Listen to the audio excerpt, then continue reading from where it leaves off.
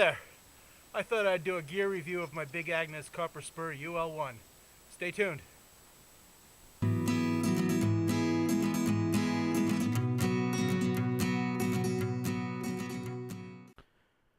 So, what really prompted me to do a gear review of my tent here was some information I saw posted on AppalachianTrails.com.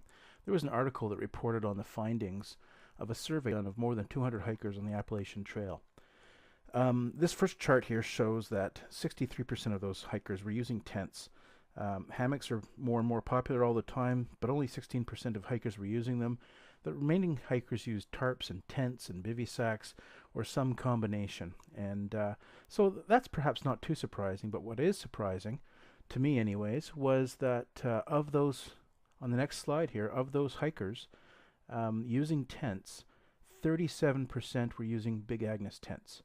About half of those were using the Copper Spur, and about the other half were using the Fly Creek. So that manufacturer dominates the market, which was quite surprising to me. So just to set the stage a little for why I purchased this tent in the first place, was that I was trying to reduce my weight. I have several two-person tents, and I've used those both solo hiking and with a partner, and I have one other solo tent, but it's quite a heavy tent, and I felt that if I invested in the right tent, I could probably reduce my weight by a full pound.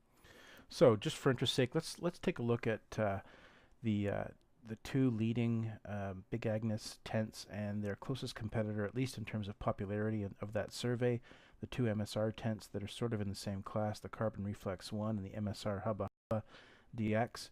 And let's take a look at the weights. You can see by this graph that Big Agnes, both tents are lighter than the MSR tents. The Fly Creek is the lightest tent by far, under a kilogram, and the Copper Spur is just over a kilogram. We should check that though. Let's see what my scales say. And when I weigh the Copper Spur at home on my own scale, I get 1.132 kilograms, or 2 pounds 7.9 ounces, which is pretty much what the manufacturer promised. I think Big Agnes is shaving off a little bit of weight compared to their competitors by using a thinner floor. So you have to, make your own choice. Do you want to risk the thinner floor and shave a few grams, or do you want to have a thicker floor and perhaps sleep a little better at night? Depends on your own risk tolerance, and I'll explain how my tent is held up in the video.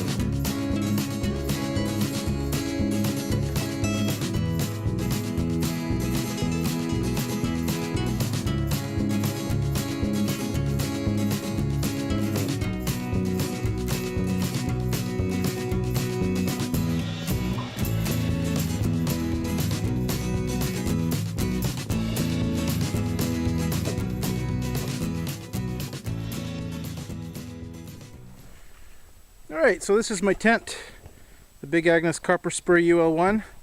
I had to complete the setup with some firewood to hold it out because the ground's frozen. But yeah, let's take a look at the tent. One of the things I look for in a tent for sure, a couple things. I want to make sure that this overhang does not drip inside the tent, on any tent, and this is pretty good.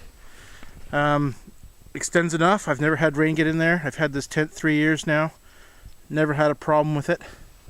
The vestibule here is not huge, but it's good enough to put some boots underneath, maybe a couple little bags, and you're good. Another feature I really like about this tent, one of the main reasons I got it compared to some other tents, was that, yeah, there's a lot of mesh, but this portion right here is still nylon. Really, really important, because what happens is you'll get splash underneath in a really bad rainstorm. Splashing will come down under here, hit the ground, and splatter up. And any tent that is all mesh right down to the floor is going to give you some bouncing rain.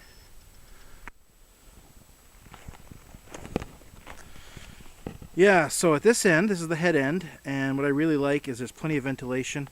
When it's staked out properly, you've got lots of ventilation up underneath the fly, and above the head you've got another little vent window, which really helps reduce condensation inside.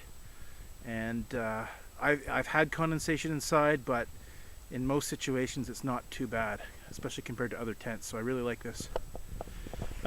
Minor features: reflective ends to all your pullouts, which is nice if you're looking around in the dark with a headlamp, perhaps. Let's take a look inside. One criticism some people have of this tent is what they call the rainbow door. It opens up like that, sort of in a rainbow shape.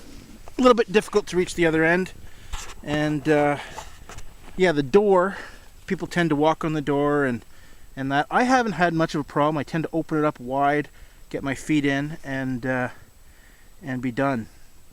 Tent is quite wide compared to some of the other models in its class, and that's one of the main reasons I bought it. It was that it fit me nicely. It wasn't super long and sort of wasted space. It has lots of width, which I like, and ample height. I can sit up in this tent and comfortably and change. It's snug, but I am comfortable in it. So let's take a look at the tent without the fly. It gives you a better view of the footprint pattern. Trapezoidal, smaller at the foot end, larger at the head end, which, as I said before, is one of the reasons I bought it. It's got lots of room for me. I'm a wide guy, and that's a really nice feature. And there's the rainbow door. One of the things that makes this tent so light, if you compare it to other tents in its class, is the bathtub floor. The floor material is the same weight and thickness as the fly. It is ripstop nylon with silicone treatment and coated with polyurethane. And the coating gives you a protection of 1200 millimeters of pressure, which is a rating of how waterproof it is. It is waterproof. I've slept in this thing in wet conditions with wet ground and not had a problem. But most other floors for most other tents will at least be 3,000 millimeters. So this is pretty lightweight. That's one of the concerns I had when I bought the tent. And now that I've had it 3 years and taken it on several trips, it's not really showing any signs of wear. I'm careful with it. I use a footprint, of course, and I'm happy. I may treat this sometime in the future, but not right now.